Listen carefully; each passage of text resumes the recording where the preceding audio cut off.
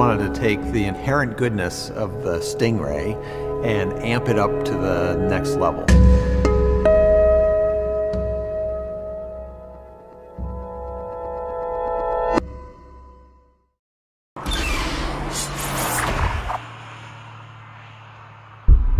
We always try to take the previous generation's upper performance models and bring that performance down to the next lower model in the lineup, and basically set a new bar for performance for Corvette.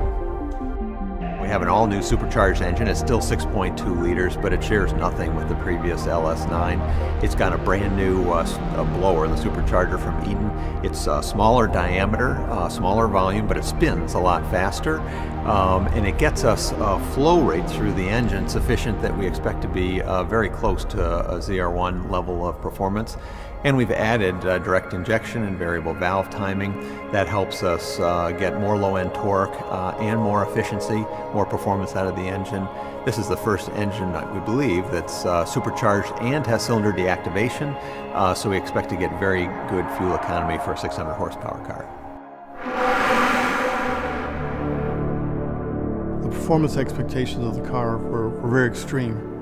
We wanted the exterior design to be a part of that performance add to the car. In doing so, we spent a lot of time in the wind tunnel developing special grille patterns, hood outlets, downforce packages. And here again, these were meant to improve the performance of the car. Aiding the downforce of the car improves lap times, helps enable the sticky tires and the big ceramic brakes. We're going towards really a superior track-oriented car. When we're in the wind tunnel, our main goal is reduce the lift as much as possible and really make that Z06 stick to the road.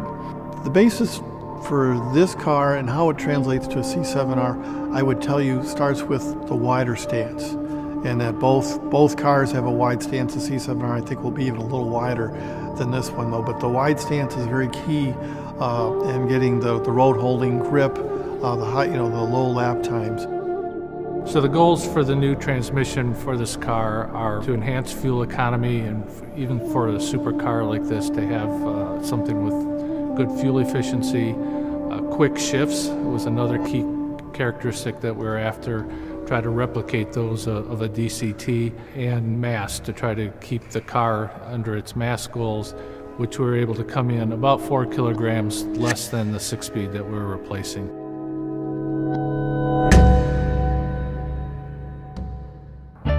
There are things that I'm excited about in the car from an aero feature standpoint that and the program team said we want you to do as much downforce as possible, especially on this package that you see behind me.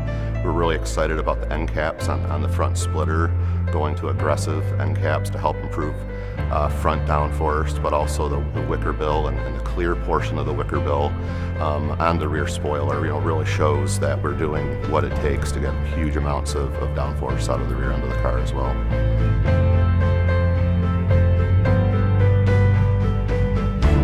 The rules are getting tighter now within the series, that they're looking for the race cars to be more reflective of what the production cars are. So we wanted to make sure that we had those aero enablers in place that are very functional on the Z06, but also lend themselves to race applications. Having the Stingray as a starting point gave us, it gave us a real strong aesthetic for one. It gave us a really low drag car to begin with.